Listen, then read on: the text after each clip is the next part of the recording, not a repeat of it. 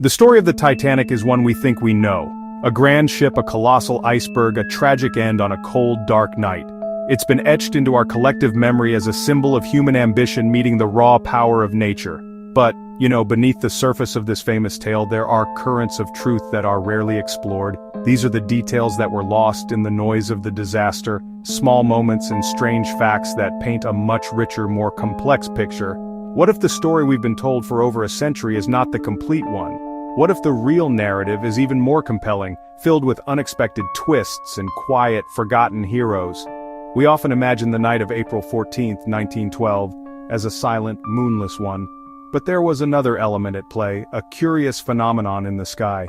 Some survivors reported seeing the northern lights, the aurora borealis, dancing above them as the ship went down. This wasn't just a beautiful, eerie backdrop to a tragedy. Scientists now believe that the very same solar storm that caused the aurora may have interfered with the Titanic's compass and radio communications.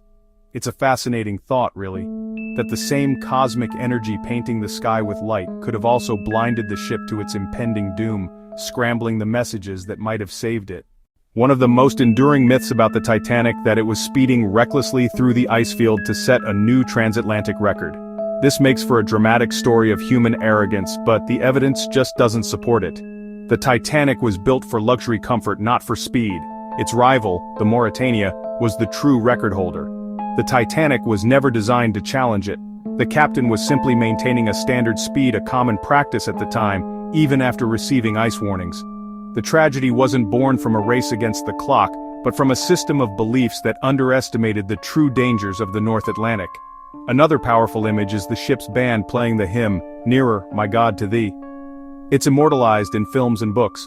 While the band did play on with incredible bravery to calm passengers, the final song they played is a matter of debate.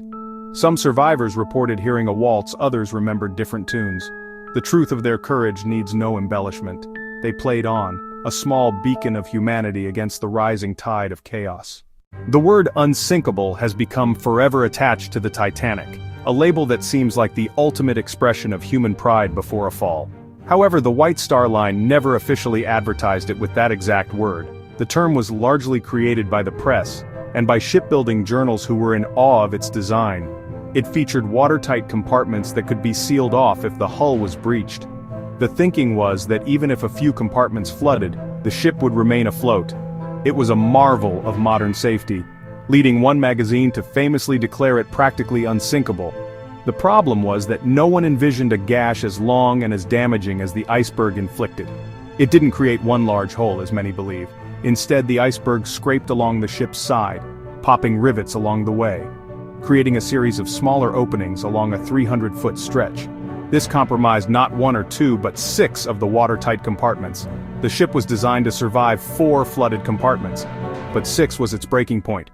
Water began spilling over the tops of the watertight walls, one by one, like water filling an ice cube tray.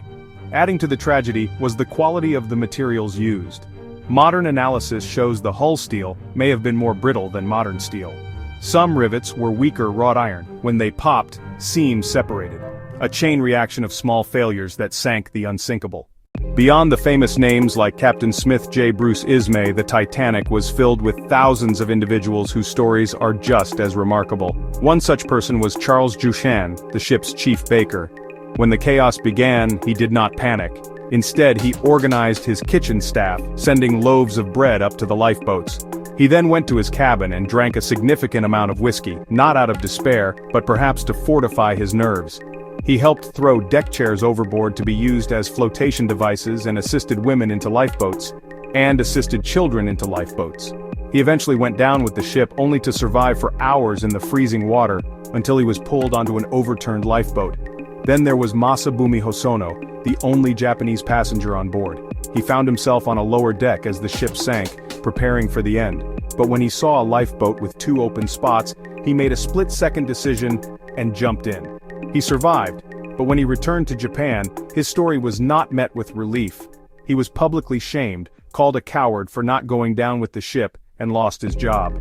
For years he lived with this stigma. The ship's 6 lookouts had a critical job, but they were working with a serious handicap. The binoculars for the crow's nest were missing, They were locked in a locker and the key was held by an officer who was transferred off the ship at the last minute. Frederick Fleet, who first spotted the iceberg, later said that if they had had binoculars, they would have seen it in time to avoid disaster. A simple, misplaced key may have been one of the small, forgotten links in the chain of events that led to the sinking. The sinking of the Titanic was not just a tragedy, it was a wake-up call that reverberated across the globe. The sheer scale of the loss forced the maritime world to confront its outdated practices and its dangerous overconfidence. In the immediate aftermath, inquiries were held in America, in Britain. The findings led to sweeping, permanent changes in sea travel. The disaster became a catalyst, ensuring such a preventable loss would never happen again. One direct consequence was the International Convention for the Safety of Life at Sea, SOLAS. It was established in 1914. SOLAS created the first international rules for maritime safety. It mandated that all ships must carry enough lifeboats. It required lifeboat drills, so passengers and crew knew exactly what to do in an emergency. The idea that a lifeboat was just a ferry to a rescue ship was abandoned forever. Another critical lesson came from the confused and missed radio messages. Before the Titanic, radio was new. Its use was unregulated. Operators worked for private companies, not for the ship's captain. There was no requirement to man the radio 24 hours a day. The nearby ship, the Californian, had turned its radio off for the night, and missed the Titanic's distress calls. After the disaster, laws required all passenger ships to maintain a constant radio watch. The SOS distress signal was firmly established, a universal language of emergency that all ships would understand. Ultimately, the Titanic story teaches us about our relationship with technology. We are innovators, but our creations are only as strong as their weakest link. By learning, we honor the victims and make the seas safer. The missing key, the solar storm, the brittle rivets, small failures that together became catastrophe. By remembering the true, complex story of the Titanic, we honor the victims not just by mourning, but by learning from it. Ensuring their story helps make our world safer. The ocean took lives and reclaimed wreckage, but it left us lessons. From cosmic phenomena that may have altered instruments to rivets that failed in the cold, every detail matters. And yet, amid the errors were acts of immense courage. Leaders like Margaret Molly Brown. She argued, threatened, rode, and inspired others to act. A voice of defiance and compassion in the face of absolute horror.